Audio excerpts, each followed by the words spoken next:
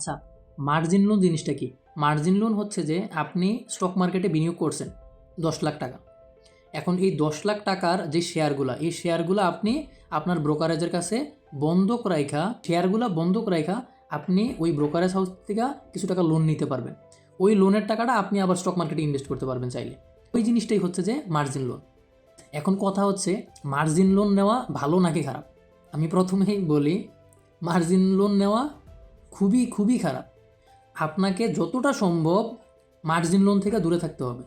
আপনার day to day লাইফেও আপনি যত রকমের লোন আছে লোন থেকে দূরে থাকবেন। লোন কইরা ইনভেস্ট করা, মার্জিন লোন নিয়ে ইনভেস্ট করা সবচেয়ে বড় বোকামি। আপনি একটু ঠান্ডা মাথায় চিন্তা করেন, যে কোম্পানিটা আপনাকে মার্জিন লোন নেওয়ার জন্য টাকা দিচ্ছে, উনি কি জানে না যে আপনি স্টক মার্কেটে ইনভেস্ট করবেন? উনি জানে আপনি স্টক মার্কেটে ইনভেস্ট করবেন, তারপরেও কেন উনি আপনার মাধ্যমে ইনভেস্টটা করাইছে? উনি নিজে কেন ইনভেস্ট করতেছে না?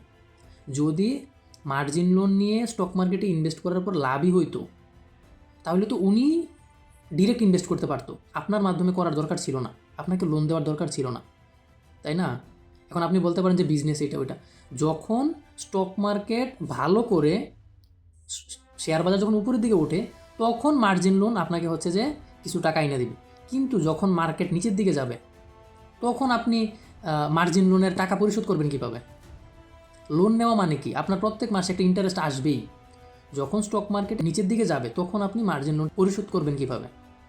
বাংলাদেশের শেয়ার বাজারে মার্জিন লোন নিয়ে বিনিয়োগ করা সবচেয়ে বড় বোকামি।